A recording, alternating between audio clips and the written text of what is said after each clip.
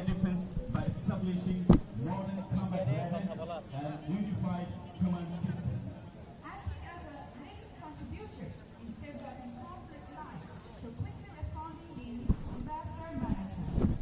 Reaching at the pinnacle এখানে কিছুক্ষণ মধ্যেই advanced training, প্রধান উপদেষ্টা command আসবেন এবং exercises, এই যে and প্যারেড, international এই প্যারেড cooperation.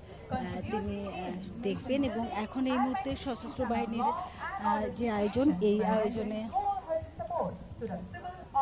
অনেকেই এসেছেন এবং সেনাবাহিনী প্রধান এসেছেন, তিন বাহিনী প্রধান থাকবেন এবং মুক্তিযুদ্ধ বিষয়ক মন্ত্রণালয় আয়োজনে এই প্যারেড স্কোয়াডটি অনুষ্ঠিত হচ্ছে। শুধু একটি প্রদর্শনী নয়, বরং এটি আমাদের সশস্ত্র বাহিনীর দক্ষতা, শৃঙ্খলা, সাহস, দেশপ্রেম, সামরিক সামর্থ্যের প্রকাশ। বাংলাদেশ আজ বিশ্ব দরবারে মাথা তুলে দাঁড়িয়েছে, আর তার পিছনে সবচেয়ে বড় শক্তি আমাদের সশস্ত্র বাহিনী, যারা বিজয়ের চেতনাকে ধারণ করে। আর ভাই ফ্রেমে আসতে পারবো না, আপনি সামনে যাইতে দিবেন এখন। নিরলসভাবে কাজ করে যাচ্ছে।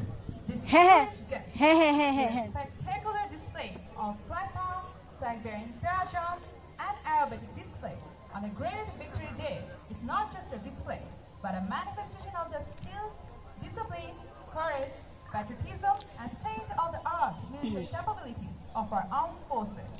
মহান বিজয় দিবস উপলক্ষে সশস্ত্র বাহিনীর আয়োজনে তেজগাঁও জাতীয় প্যারেড স্কোয়াড, এখানে একটি মনোজ্ঞ ফ্লাই পাস হবে, প্যারা জাম্প হবে এবং বিশেষ অ্যারোবেটিক প্রদর্শনীর আয়োজন করা হয়েছে। এবং সশস্ত্র বাহিনীর আয়োজনে এই মহান বিজয় দিবস উপলক্ষে এই আয়োজনটি হচ্ছে এবং বিজয়ের 54তম বছর উপলক্ষে এই ধরনের একটি আয়োজন। এবং প্রত্যেক বছরই বিজয় দিবসে কিন্তু জাতীয় প্যারেড স্কোয়াডে যে প্যারেড হয়, এবারও সেটি হবে এবং প্রধান উপদেষ্টা, অন্তর্বর্তী সরকার প্রধান উপদেষ্টা ডক্টর মোহাম্মদ ইউনূস, তিনি প্রধান অতিথি হিসেবে এই অনুষ্ঠানটিতে থাকবেন এবং সব ধরনের প্রস্তুতি শেষ হয়ে গেছে।